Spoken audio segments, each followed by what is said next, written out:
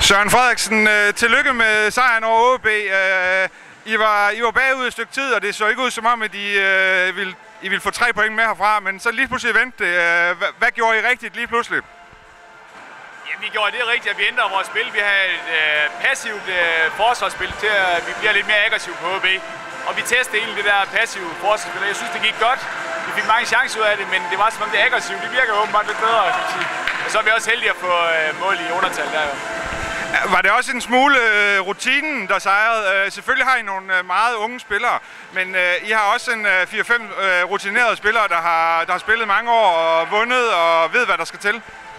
Det er klart, men jeg synes ikke, det er ikke de rutinerede spillere, der går ind og afgør kampen for os, men de går ind og afgør den på den måde, at de bakker op på bænken og siger, at det er nu, vi skal gå frem. Vi har en Christine Sørensen, der går ind og laver 2 mål til slut, hvor det virkelig gælder.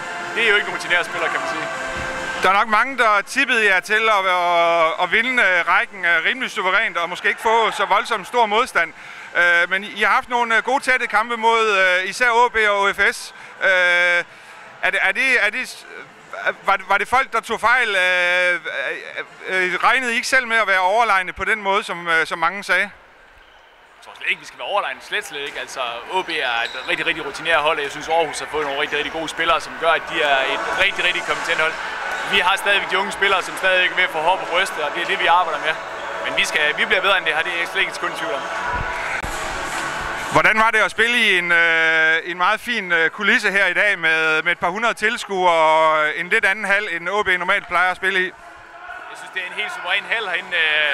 Sidste gang vi spiller herinde, det var en DM-final, hvor vi tabte, så der kunne vi slet ikke kommunikere. I dag der kan vi snakke med hinanden, men det er suverænt, og pigerne har virkelig set frem til den kamp her, så jeg tror også, det er det, der gør, at vi kan vinde en kamp. Så var der landskamp her i weekenden i Tyskland, og I havde nogle stykker med der. Hvilken oplevelse kom de med hjem til Frederikshavn med? Det er jo klart, Jasmine, den er jo ikke så god, kan man sige, at hun kun spiller 8 minutter, så bliver skadet. Men altså, hun kommer sig hurtigt, men det er klart, at Anne-Sophie Torp, hun har jo spillet på, jeg skulle til at sige, de 3 bedste bakker, som jeg kunne følge med hjemmefra. Og det er klart, 17 år gammel, og få den tiltro for danskerne, det vokser hun med, og det ser vi også tydeligt af. Tak skal du have. Velkommen.